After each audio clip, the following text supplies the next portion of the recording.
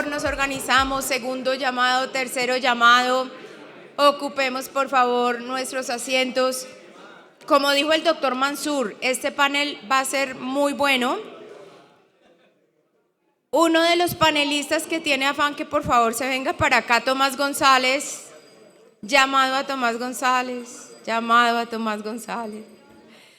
Usted no dice que tenía afán, venga pues para acá, listo. Bueno, si nos organizamos, arrancamos porque hay alguien que tiene un vuelo y no puede retrasarse. Vamos a retomar la agenda ahora en la tarde. Iniciamos con ese conversatorio, herramientas para garantizar la asequibilidad del servicio en todo el país. Va a ser un conversatorio sobre políticas públicas para lograr la asequibilidad y sostenibilidad del servicio. Estamos hablando de cobertura, subsidios, tarifas, deudas. Y por eso invitamos al escenario, por favor, al doctor Tomás González, exministro de Minas y Energía, director del Centro Regional de Estudios de Energía, CREE. También invitamos al doctor Juan Benavides, es investigador asociado de FEDesarrollo. Y vamos a tener la moderación del doctor Germán Castro, el Contralor Delegado de Minas y Energía de la Contraloría General de la Nación. Jefe, el doctor Castro. Jefe. El doctor Castro, ya, listo. Doctor Castro, todo suyo.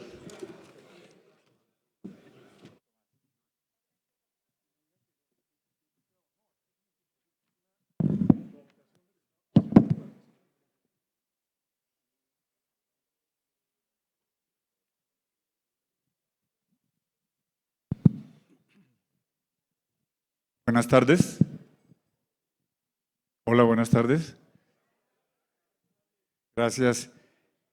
Un cordial saludo para todos a nombre de la Contraloría General de la República y pues en realidad honrado de estar acá en este panel, más bien conversatorio con dos personas a las que conozco muy bien desde hace varios años y que hemos tenido la oportunidad de encontrarnos laboral y académicamente, y que en realidad hemos tratado de construir muchas cosas, el ingeniero Juan Benavides y el doctor Tomás González.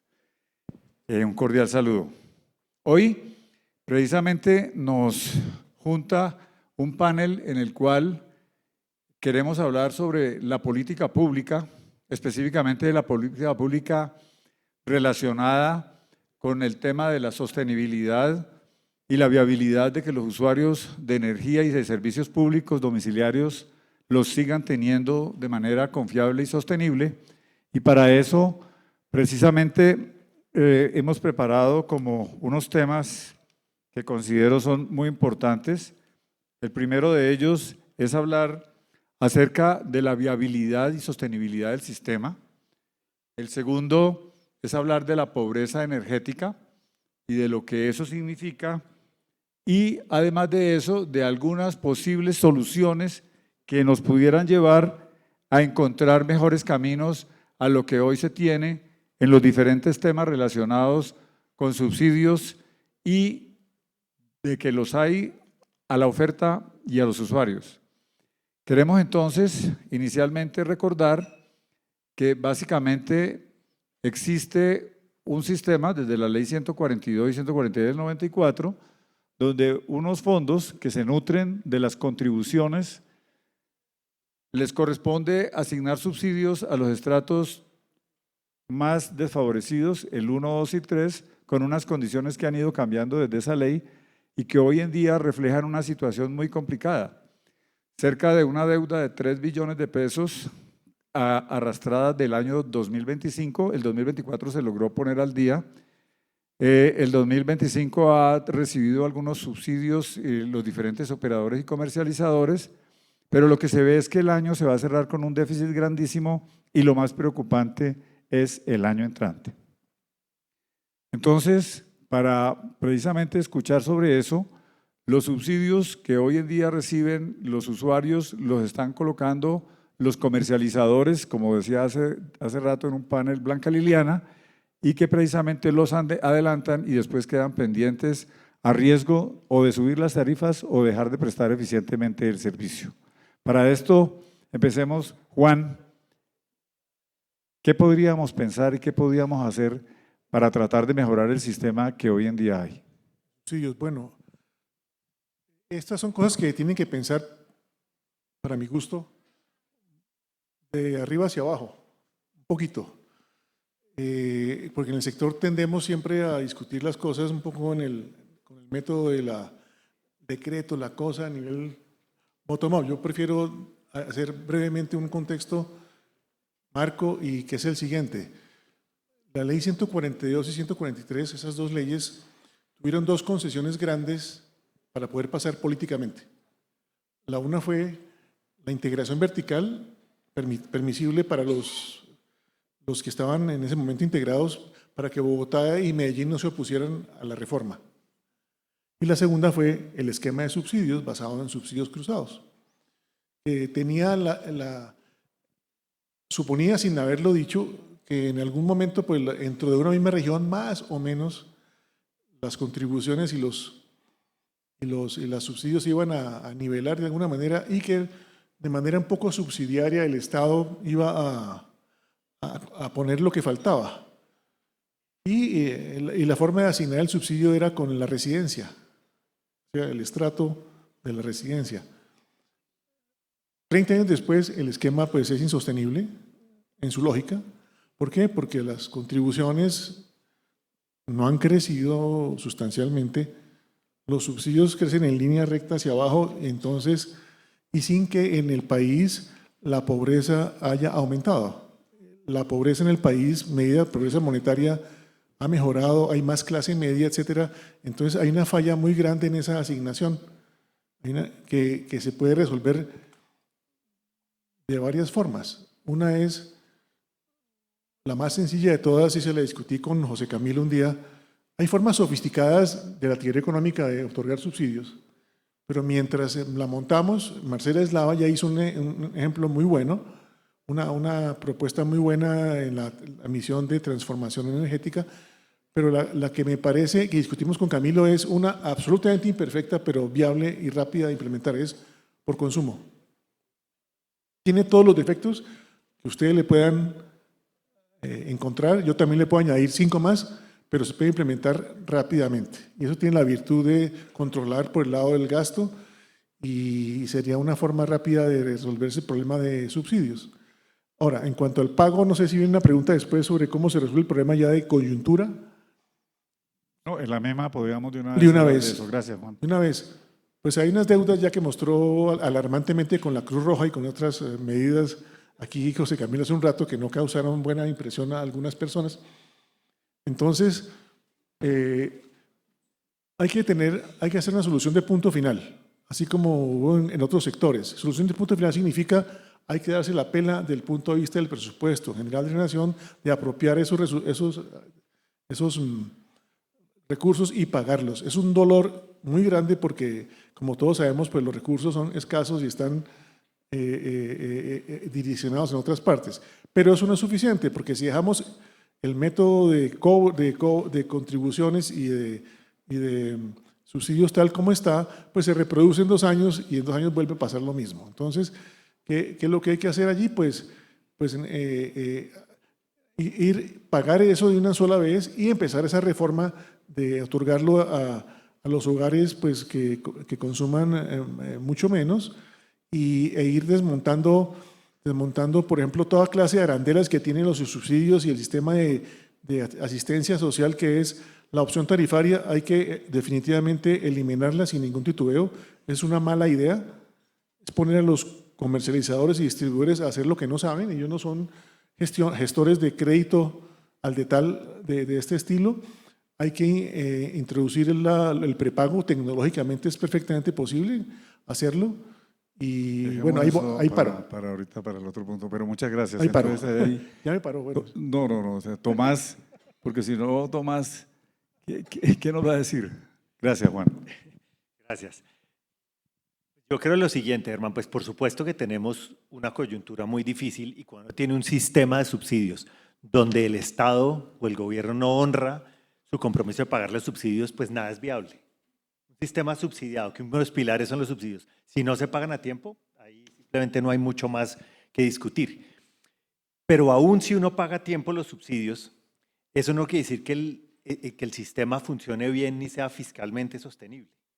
Yo creo que nosotros tenemos una crisis silenciosa más allá de las deudas que hay hoy en día de la presupuestación de los subsidios.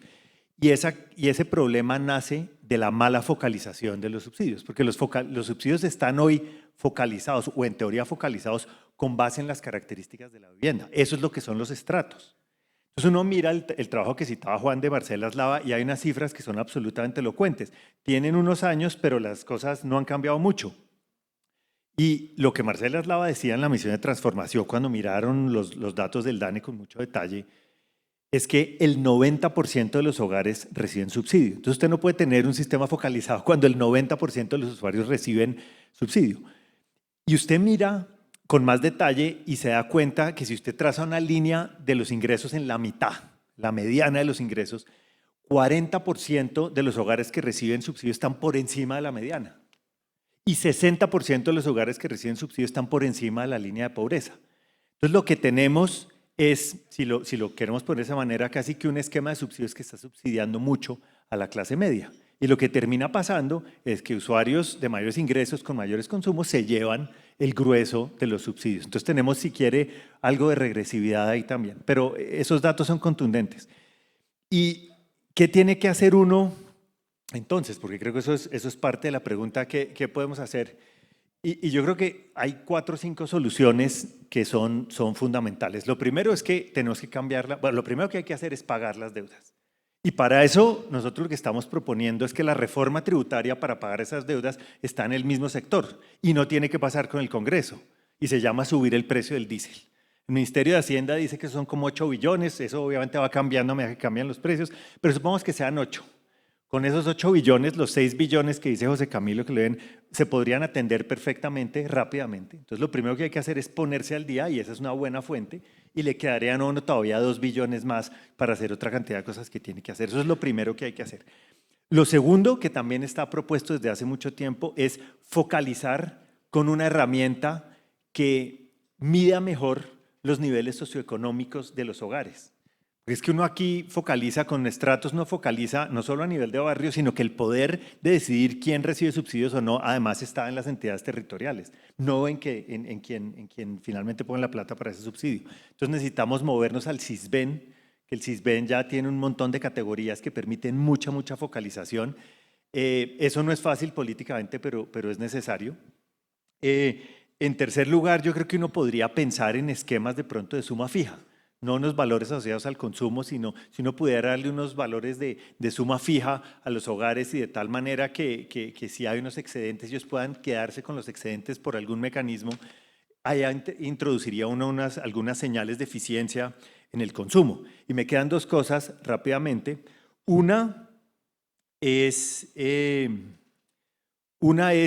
pensar en establecer unos niveles de subsidio por nivel de consumo, ¿no? Hoy en día tenemos hasta un consumo de subsistencia y de ahí para arriba se paga tarifa plena. Yo creo que ahí se pueden hacer escalones y mucho más diferenciados y diferenciados por zonas. Ahora Fernando Barrera nos estaba contando lo que va a presentar esta tarde, pues no lo voy a chiviar, pero parte de las ideas de las que ellos están trabajando es ser mucho más granular en poder manejar eso.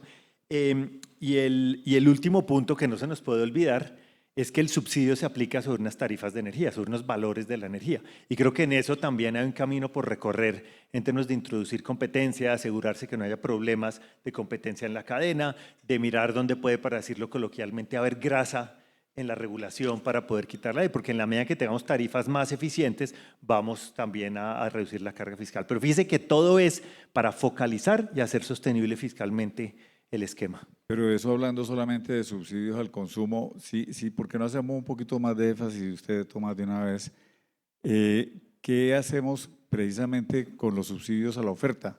Todos esos que están agrupados en el FOBES, en el FAER, en el FASNI, el PRONE, todos agrupados ahora en un solo tema de subsidios donde se pueden hacer infraestructuras y redes y que después no van a la tarifa. Esto se ha venido haciendo por varios años. Y la pregunta que uno se hace es, ¿qué tanto ha contribuido esto a disminuir la pobreza energética o a minimizar el problema? ¿Qué tanto ha contribuido esto precisamente a que también el usuario se apersone del tema? Sin entrar a hablar todavía de lo que tiene que aportar la eficiencia energética porque no puede haber un proyecto que no contemple eficiencia energética. ¿Cómo ve esa asignación a la oferta y su incidencia en la pobreza energética? Pues mire, yo creo que para contestar esa pregunta, lo primero que uno tiene que hacer es decir de qué estamos hablando cuando hablamos de pobreza energética. Y yo creo que estamos hablando de 4 cosas. Lo primero es tener un acceso, y ese acceso normalmente tiene que ir en el sentido de la infraestructura, que haya un sitio donde yo me pueda conectar y recibir la energía. O sea, ahí hay un problema de acceso, hay unos problemas de calidad del servicio, hay unos problemas de asequibilidad, que es la capacidad de pagar. Y luego, si uno va a una definición más amplia, como lo que ha hecho Promigas con su informe de el índice de pobreza multidimensional energética, que creo que es una cosa muy positiva, también se pone uno a ver cómo ellos miran cómo la energía está haciendo posible un mejor disfrute de la vida. Es una definición mucho más amplia de pobreza, parecida a la pobreza multidimensional que se tiene en el país como un todo. Entonces, si uno mira esas 4 cosas, o siquiera las 3 primeras, lo que uno ve es que es mucho más que acceso a la pobreza. Y lo que hacen los subsidios al consumo es ayudar con la asequibilidad, le ayudan a la gente a pagar y, digamos, alivia un poco el problema, mitiga un poco el problema, pero esos subsidios a la demanda solos no lo pueden sacar a usted de la pobreza energética. Usted necesita unos subsidios a la oferta también, cuando hay dificultades de que se ponga el CAPEX para poder tener un servicio o para poder tener un servicio de calidad. Y en ese sentido yo creo que hay un caso fuerte para los subsidios a la oferta, sigue habiendo un caso muy fuerte para los subsidios a la oferta. Lo que pasa es que aquí también se puede hacer un trabajo más grande en focalizar mejor esos recursos y en hacer un esfuerzo grande. Mire, la OME hizo la cuenta, yo creo que viene muy bien hecha, dice 32 billones de pesos meter a las 4.1 millones de personas que están sin servicio, pues cuando se multiplica por el número de personas por hogar, las 4 millones, son 32 billones de pesos entre microredes, soluciones individuales y conexión al SIN. Usted vaya y pregúntele a Finia cómo aumentan la cobertura. Pues para poner un ejemplo, pregúntele a Finia cómo pueden conectar más usuarios a la red y le dice necesito CAPEX. Sin CAPEX no puedo, yo quiero pero no puedo, simplemente no puedo. Entonces, si no hay unos subsidios al CAPEX bien diseñados, adecuadamente focalizados, yo creo que nos quedamos sin unos pedazos de poder hacer una ayuda, una salida más grande de la pobreza energética. Y cierro, Germán, diciendo que a veces a uno se le olvida que lo que hay ahí es un problema de desarrollo, que tiene un componente energético, pero es en esencia un problema de desarrollo. Cuando la gente no tiene ingresos suficientes para atender sus necesidades básicas, incluidas las de energía, eso no es un problema que resuelven solo usuarios y empresas. Ahí se necesitan intervenciones adicionales, si no, es un problema que pues vamos a seguir posponiendo y posponiendo en el tiempo. Gracias. Y Juan, ahí precisamente sobre el mismo tema y la coyuntura. Y yo dirigí en Fedesarrollo un trabajo de 3 años para Naciones Unidas sobre finanzas climáticas que aplica perfectamente a los subsidios de oferta. Lo que encontramos en la inversión para la reducción de la descarbonización en Colombia, pero que aplica también a cualquier tipo de inversiones que tenga propósitos o sociales o de cualquier otra naturaleza, es que el país se beneficiaría mucho de crear un fondo de blended finance o finanzas combinadas para el lado de la oferta, que no sea para la inversión, sino destinado de manera catalítica a proveer mejoras crediticias para mejorar el perfil de riesgo de los proyectos y así fomentar la inversión. Entonces es un mejor uso de los recursos públicos el usar las platas del Estado de manera catalítica para que $1 metido en reducción de riesgo se traduzca en 10, por ejemplo, unidades de inversión. Esa es la propuesta que hicimos en su momento al Estado colombiano desde Fedesarrollo con Naciones Unidas. Y sobre la pobreza energética, me parece un ejercicio muy interesante, pero yo soy muy conservador y muy clásico en el sentido de, yo prefiero subsidios que no sean tan granuladitos, sino más bien con una medida más gruesa del estado general del hogar, no en energía, no en single malt, que me gustaría que me dieran un subsidio para single malt, ¿no? Pero no existe, ¿no?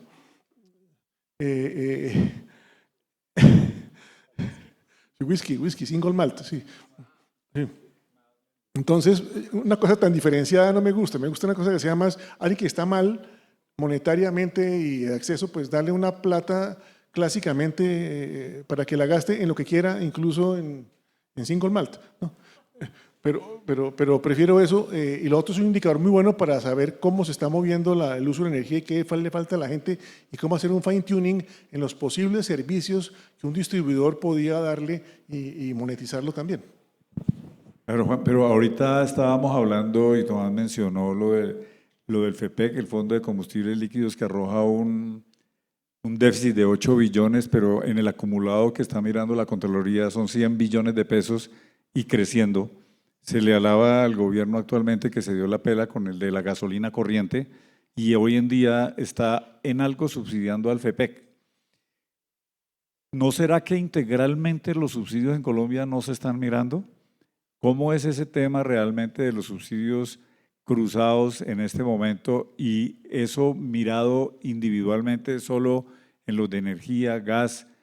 También habría que implementar un cruce con otros subsidios. ¿Cómo ven ustedes ese tema pensando en el tema que nos sigue es cómo solucionar el tema de la pobreza energética?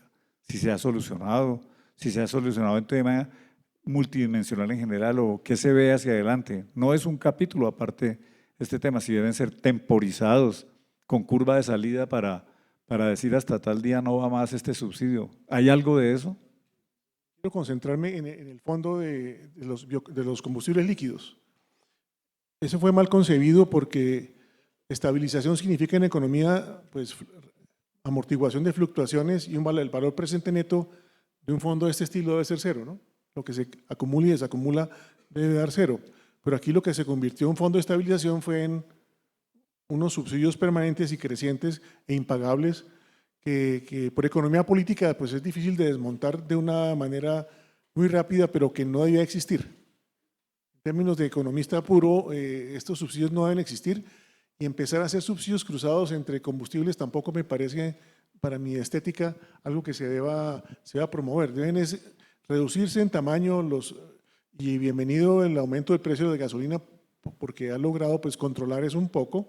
Bienvenido el aumento de los precios del diésel, pero no creo que la idea sería tratar de sacarle a un combustible y pasarle al otro, porque eso genera unas cuentas, unas expectativas y una forma de pensar en la vida que es el de que ahí me tienen que dar cosas, ¿no? Entonces yo no estéticamente no me gusta. No es estético, pero hoy en día se está dando, aunque no guste, porque se hizo la reducción en el tema de la gasolina corriente y no en el diésel, y entonces ahora la gasolina corriente que debería bajar, no baja para que con ese delta poder amortizar algo de los 8 billones del déficit del otro fondo. Pero eso se está dando, no se toca integralmente. Tomás, ¿cómo la ve? Pues vea, Germán, yo creo que yo lo vería distinto lo de la gasolina y es en un fondo de estabilización que en teoría, como dice Juan, debería ser neutro. Hay momentos en que el fondo es deficitario y momentos en que es superavitario. La gasolina recibió subsidios por un montón de tiempo, entonces yo no diría que la gasolina está subsidiando al diésel, la gasolina está repagando lo que le dieron cuando se la vendían más barata. Y si uno lo mira así, ya creo que la cosa es diferente, pero eso no quiere decir que no haya problemas en el esquema. Yo creo que uno tiene que, al final del día, no se le puede olvidar que los subsidios introducen distorsiones en los mercados, cambian las señales de precios y eso tiene consecuencias. Y yo creo que uno no puede, yo creo que uno debería tratar de repasar qué es lo que está subsidiando y cuál es el caso para tener distintos subsidios. En el caso de los combustibles líquidos, creo que lo que uno compra con esos subsidios, lo que el país ha comprado en teoría es una estabilidad. Entonces, pues mantiene los subsidios y no le paran el país los consumidores de diésel y los transportadores, y eso es un poco, creo que lo que está comprando ahí, pero uno tiene que pensar por qué países como Guatemala, por ejemplo, que tiene unos niveles de pobreza más altos, que tiene un ingreso per cápita menor que el de Colombia, tienen precios libres en gasolina y diésel y el país funciona tranquilamente. Y esa discusión la tenemos que abrir porque esos subsidios no tienen ninguna justificación, más allá del caso económico que no lo hay, en términos de costo de oportunidad tampoco. Porque lo que estamos dejando de atender en esta coyuntura es, por ejemplo, pagar las deudas del sistema eléctrico, quitarnos una amenaza de apagón financiero encima, y no lo hacemos. Entonces yo sí creo que es un buen momento, el próximo gobierno sería un buen momento para quizás hacer una pensada, como le gusta al país, a veces una misión, si lo quieren poner, lo que sea, una pensada fiscal energética que tenga que ver con los subsidios en los diferentes energéticos, que tenga que ver con las contribuciones y los impuestos, que tenga que ver con el government take, que tenga que ver con los impuestos, bueno, a la gasolina, bueno, etcétera, etcétera, y alinearlos más para que haya consistencia entre energéticos y con una idea de dónde quiere llevar uno el país?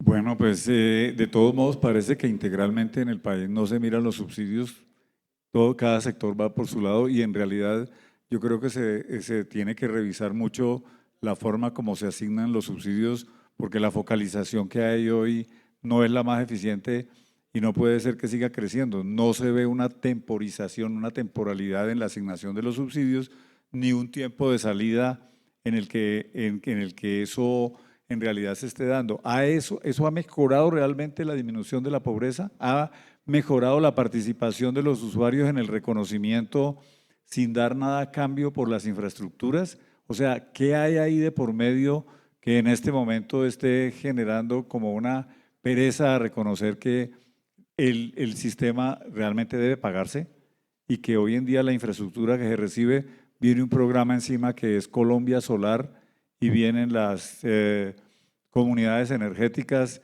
y esa asignación sí que se ve más compleja por muchas variables porque se supone que es para disminuir el costo de subsidios, pero en realidad el programa parece que todavía está empezando, hay 1 billón de pesos. Eso en realidad a beneficiar a cerca de 18 millones de colombianos que todavía están en la pobreza energética. ¿Cómo la ve, Juan? Colombia Solar. Perdón por la caricatura, pero las comunidades energéticas son lo que hace un tiempo llamamos microredes, pero con un nombre posmoderno. No hay nada peor que las buenas intenciones de, por ejemplo, regalar activos o ponerle cosas a la gente que no le ha costado a la gente. Los programas en telecomunicaciones, en agua, etcétera, que regalan activos que les da poder de eso genera descuido, no apropiación, etcétera. En telecomunicaciones aquí han regalado tablets y cosas y terminan regalados o vendidos, etcétera. Y si uno uno hace comunidades energéticas con la lógica como de que sean dueños y de su propio futuro, etcétera. Yo no quiero, por ejemplo, en mi caso, yo no quisiera tener en mi casa, en mi edificio, una comunidad energética, ni una comunidad de agua, ni nada por el estilo. Yo quiero una empresa de servicios públicos regulada que me dé un servicio barato y continuo. Yo no quiero autoprocurarme, no quiero ser dueño de activos que me toque gestionar. Eso es una forma como de pensar que la gente quiere eso y de pronto la gente necesita otras cosas. No es la forma adecuada de llevar desarrollo, ni de desarrollar el sector, ni nada por el estilo. Pues vea, Colombia Solar son subsidios a la oferta. Y lo que están diciendo es yo le pongo los paneles y en la medida, ahora, como está diseñado el programa, un porcentaje, entiendo que es como el 60%, podría cubrirse hasta el 60%, el 40% lo tendrían que cubrir los beneficiarios. Pero yo creo que hay varias cosas con esa idea. Lo primero es que es un subsidio a la oferta, digamos en lo positivo, es un subsidio a la oferta. Lo segundo es que en la medida en que en un esquema de subsidios así pudieran quedar excedentes, uno puede pensar si esos excedentes se pueden utilizar, por ejemplo, en comunidades dispersas y apartadas para algo de uso productivo a la energía, ¿no?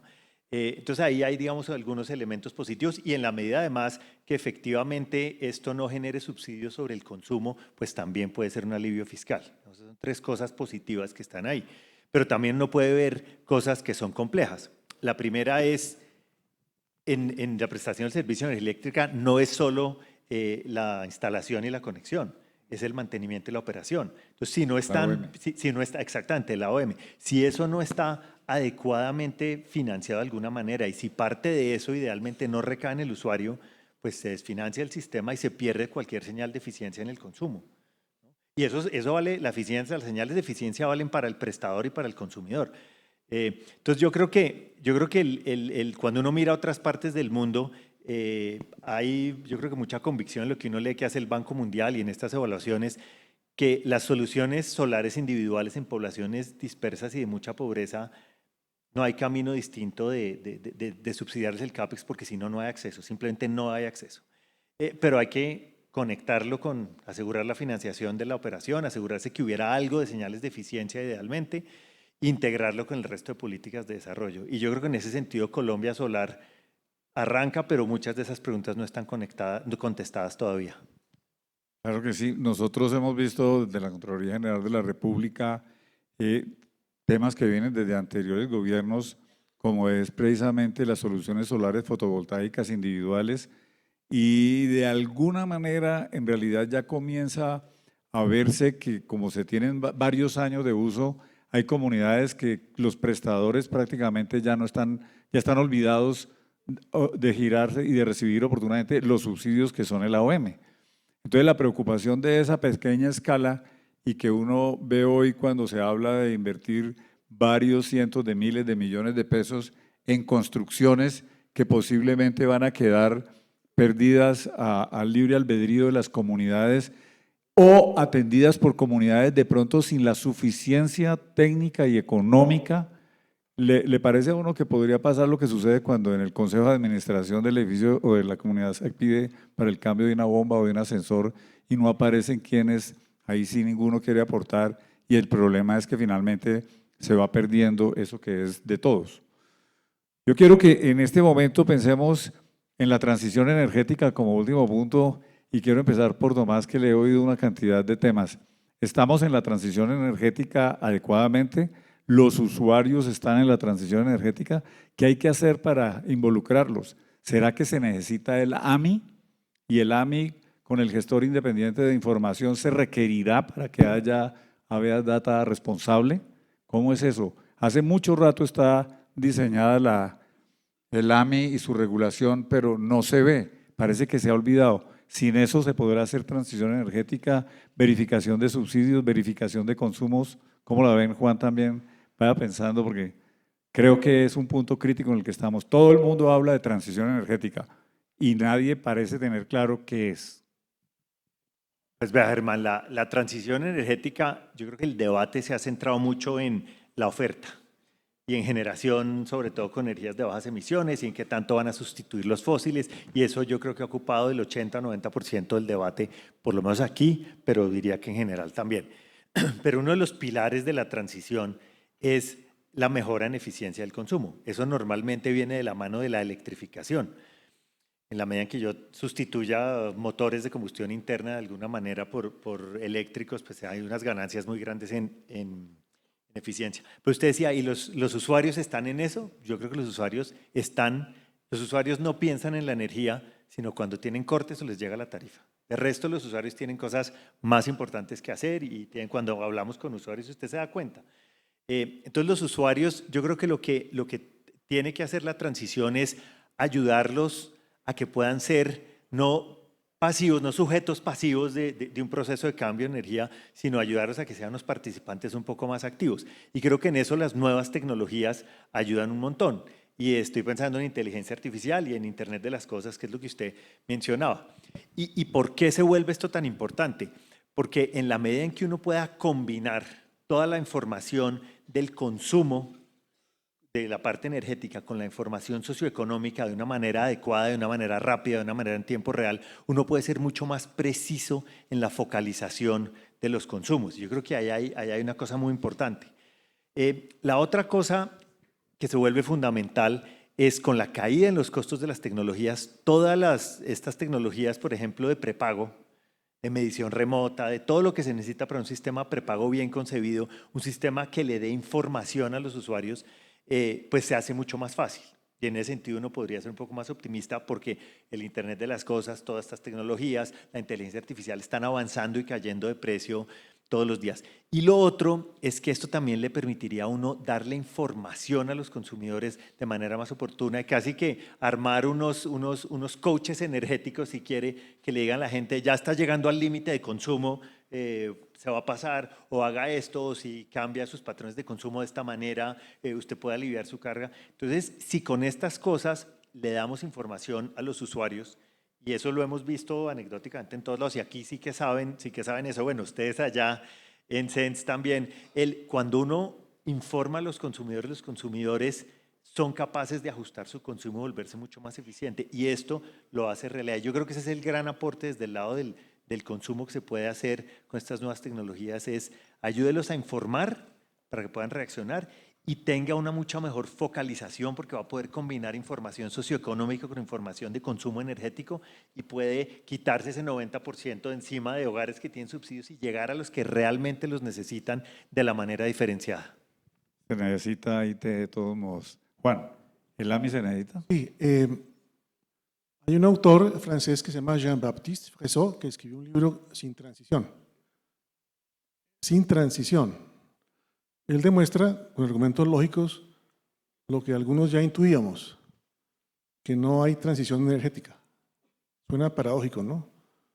Porque es la moda, es el eslogan. Él simplemente muestra pues, las estadísticas pues, en términos porcentuales, por supuesto que hay transición. Es decir, hay unas curvas que suben y bajan de cada uno de los combustibles. Primero hay un gran descenso de los fósiles en porcentaje, que en el año 1800 era el 98% de la energía, en el 2020 era el 20%, y todos suben y bajan, luego el carbón, luego el petróleo, luego el gas, en porcentajes, pero los totales todos suben.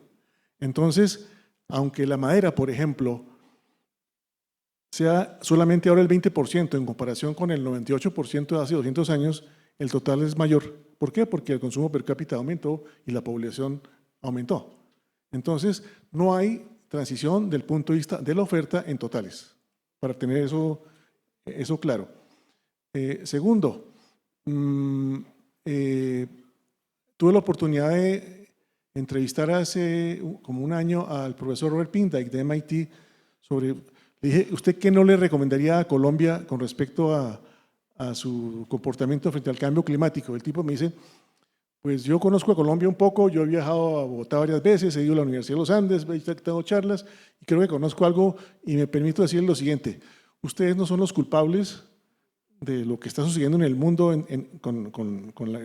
ustedes los que tienen que hacer el esfuerzo grande son los que históricamente contribuyeron al CO2 y los que están contribuyendo actualmente. Son dos cosas, ¿no? El flow y el stock. Entonces, es Estados Unidos, China, etcétera, los que tienen que hacer un mayor esfuerzo. Ustedes no tienen ni el músculo ni la posibilidad de influir en el destino del mundo. Simplemente sean followers. En medida que las tecnologías sean cada vez más baratas, por favor, pues adóptenla, pero no tienen ustedes que invertir a pérdida. Me parece una muy buena, alguien práctico. Ahora, por último, ¿en qué sí hay transición? En que la bienvenida reducción de precios de las renovables, la introducción de baterías, la introducción de artefactos, la desorganización, por decirlo de alguna manera, bienvenida del lado de la distribución que va a empezar a darse, esa entropía que hay de darse, va a generar un cambio tecnológico importantísimo en escadas, en instrumentación, en control, en sensores, etcétera. Va a desarrollar una tecnología que puede desarrollarse de manera nacional, que se puede exportar, que puede crear una nueva industria. Y entonces, muy bienvenida la transición desde el punto de vista de sus impactos en las redes de distribución.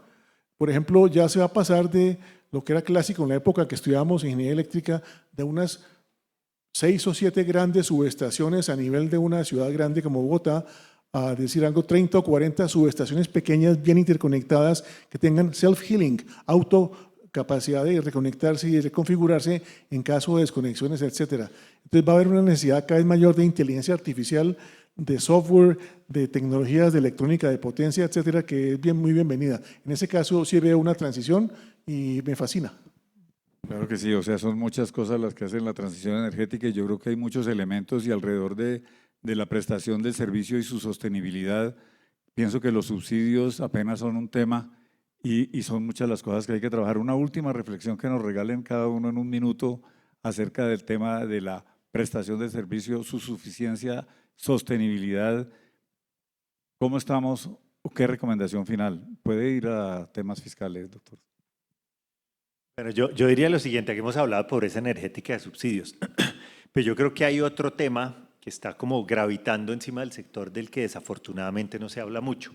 Nosotros acabamos de terminar un trabajo con ISA, con la Escuela de Ingeniería de Antioquia, con Andrés Romero, en que tratamos de integrar los modelos de optimización para ver lo que ocurre en términos de generación con lo que se necesita en redes.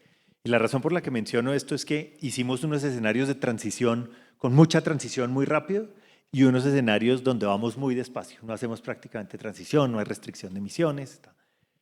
Y lo que uno ve es que cuando hacemos el modelamiento de la red, en ninguno de los escenarios, ninguno de los operadores de red, de los STRs, ni Enel, ni los del Caribe, ni los del Valle, ninguno de esos STRs es capaz de soportar los intercambios de energía, el crecimiento en el consumo de electricidad que se podría dar. Y eso a mí me preocupa mucho porque es un tema no solo del que no estamos hablando, sino que en los últimos años, eso hay que decirlo con toda claridad, el gobierno se ha dedicado a antagonizar a los usuarios y a las empresas. Ustedes se acuerdan de Andrés Camacho hace un año o algo así, diciéndole a los usuarios es que las empresas se quedan con los subsidios. Si uno hace eso, lo único que garantiza es que los usuarios tengan menos disposición a pagar tarifas. Y sin tarifas, no vamos a poder hacer los cambios en los STRs que vamos a necesitar para soportar los escenarios futuros con o sin transición.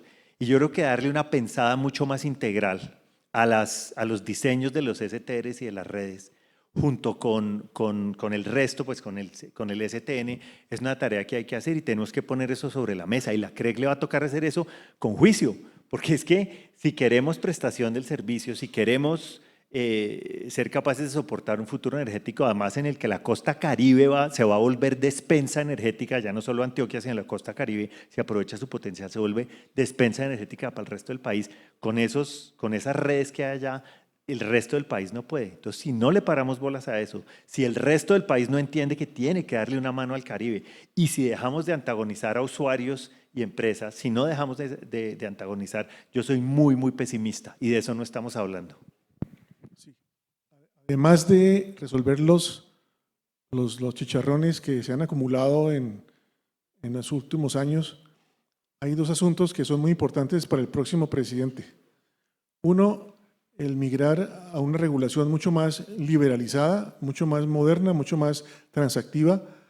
Colombia, en la adopción del mercado spot, etcétera, fue uno de los primeros del mundo con Chile, después del Reino Unido, y por unos 2 años fue un líder en transformación de mercados, y luego pues un plató y no hay una velocidad de experimentación, de sandboxes, etcétera. Entonces llegó el momento de tener una regulación que permita una mayor cantidad de transacciones, etcétera, más mercados, además de los de suministro de energía, como los de Australia, como los de otras partes donde hay mercados para frecuencia, para arranque, para una serie de servicios a la red que van a ser supremamente importantes de acá en adelante. Entonces, pues eso es algo en lo cual tenemos que ponernos al día. Y en segundo lugar, y es mi reiteración de siempre, la planeación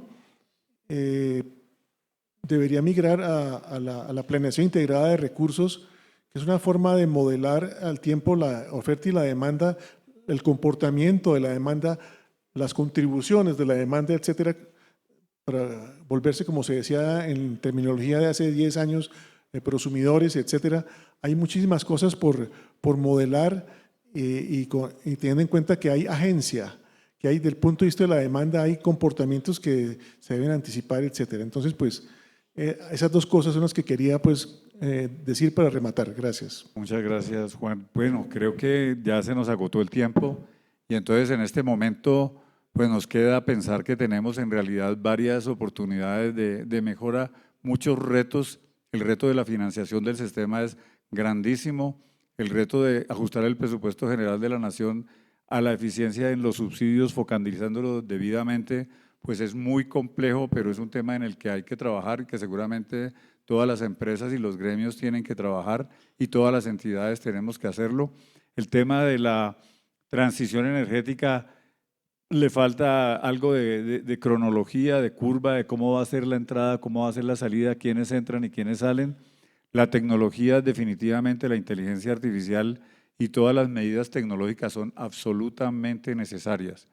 Problema serio, la infraestructura que comienza a ser deficiente a la entrada de nuevos usuarios que quieran autogenerar y entregar excedentes, la disminución del costo de paneles y sistemas de biomasa o de generación, pues si la red no está adecuada va a ser un problema, un desarrollo tecnológico va a ser un problema. Pues muchas gracias por su atención, muchas gracias a los panelistas, muy amables.